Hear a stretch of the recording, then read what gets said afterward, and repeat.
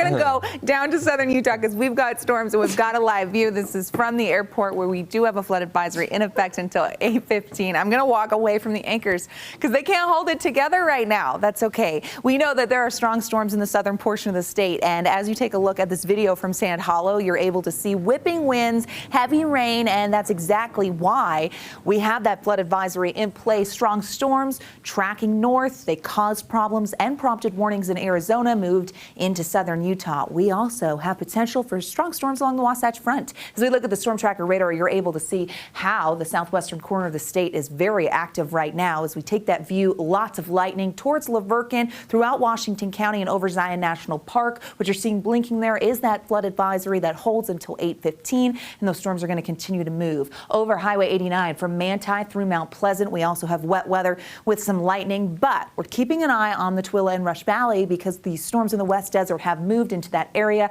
Lots of lightning. I kind of did a ski wampus view here so you could actually see that line of storms as it tracks towards the Wasatch Front. It will be impacting parts of the Wasatch Front in the next hour. So I would say from 6:45 to about 8 p.m. these storms are going to be moving, and that means that we're going to see some activity. Right now, Tooele tapping into it, and we can see south of that towards Dugway.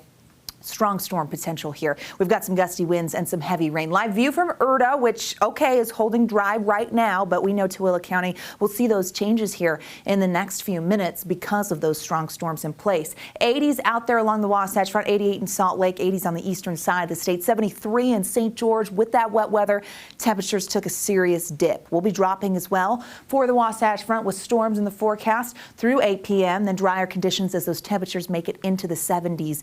We're below average today, and we're going to stay that way as we get through the next couple of days.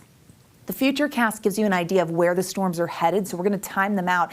As we zoom in and take a look at the Wasatch Front, daybreak, West Jordan, we're watching that line kind of funnel in, staying active, a bit of a break at 8 p.m., but then another cell developing, and that's going to move on through. So active evening. Once we clear that and dry out along the Wasatch Front, a lot of moisture in the southeastern corner of the state as we head into the overnight. Clouds hold on, and then tropical remnants from Harold team up, get caught up in our southerly monsoon flow, and that's going to bring an abundance of moisture on deck for tomorrow with a decent monsoon surge Thursday into Friday, which is why those storms by the afternoon start to amplify. We noticed that by 4 p.m.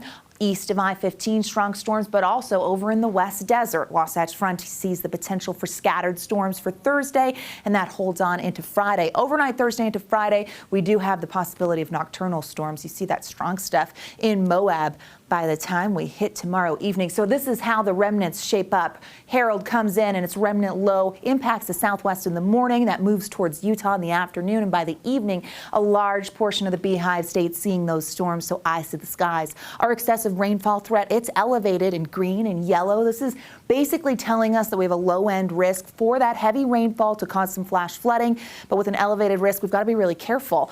Probable flash flooding for the Mighty 5 and surrounding areas, but these strong storms mean business. Here's a look at the long range here. So we're funneling moisture in with the help of that high dome of heat that's made headlines. As it moves closer to the Beehive State, that southerly flow amplifies, bringing in moisture and storm potential. As it retrogrades and centers south of Utah, drier conditions. So as we start next week, we're not going to see this stormy pattern. We're going to see temperatures rebounding and more sunshine. 80s for tomorrow with widespread scattered storms expected. And as we look at the next 7 days in Washington County, you can see when that high takes over by Saturday, mid-90s. And as we look at those 90s, they climb to the triple digits by Monday and Tuesday. The Wasatch Front brings in storm potential, drying out higher terrain on Saturday, getting into the 90s and into the mid-90s as we head into next week with that high pressure in control.